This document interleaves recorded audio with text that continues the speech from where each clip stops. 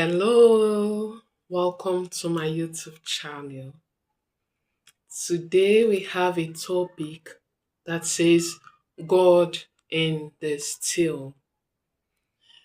We stay in a noisy environment today, in our places of work, in our places of worship, wherever you are, you find out that there are noises in our country today. There are noises everywhere. So most times some of us try to be in that noise. Most times we wish to be in that noise, to dwell in it, but that's not where God will come to you. If you want God to come to you, then you have to leave that noisy place and go to God in your sacred place. In your sacred place of prayer, you kneel to Him, you tell Him whatever you want to tell Him, and He also talks to you.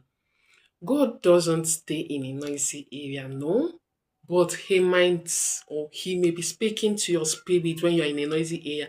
But when you want to interact with Him, when you want to be in deep interaction with Him, you then need to go out of the noisy place and go to a calm place. So God in the still, God is always in the still. Let's look at Exodus chapter 19, where God gave Moses the first commandment. There God instructed them that he should tell the people of Israel that none of them is expected to come close to the mountain or be seen there. So all of them stayed at the foot of the mountain in Exodus chapter 19. Moses went up to the mountain, and that was where God told him all that he wants. And that was where God gave him the commandments. Then let's move forward to Exodus chapter 34, where the second commandment was given.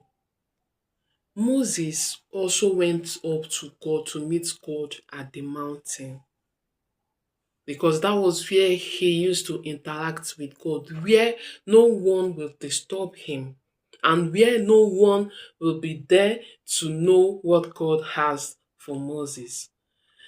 So please, anytime you want to have a deep interaction with God, with your maker, with your creator, you have to be in your sacred place. Go to the calmness of your heart, of your dwelling place, and there you can talk to God.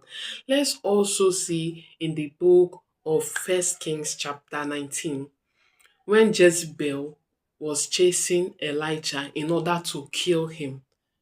Elijah ran till he got tired. But the angel of the Lord came to his aid, and God told him that he should move up to the mountain, that's where he will come to meet him. Elijah went to the mountain, stayed there. There came a wind, there came an earthquake, there came a fire, but God wasn't in the all these three things.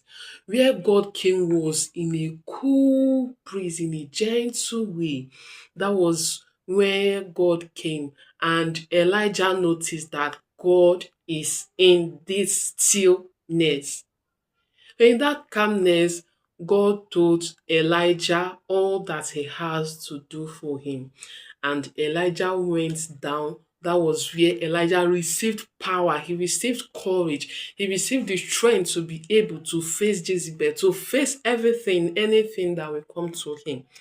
And with that, he was able to conquer. Brethren, remember, meet God in the still. And let us move to the book of Mark chapter 4. There we saw when Jesus and his disciples were, and there came a storm. And when Jesus said, "Be still," the storm became calm. Meet God in the still, and He will tell you all that He wants you to do. Meet God in the still, and you will have that calmness of soul that you need.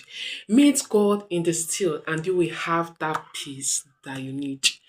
May God be with you. Thank you for watching, and please subscribe, like, and subscribe. Thank you. See you next time. Bye.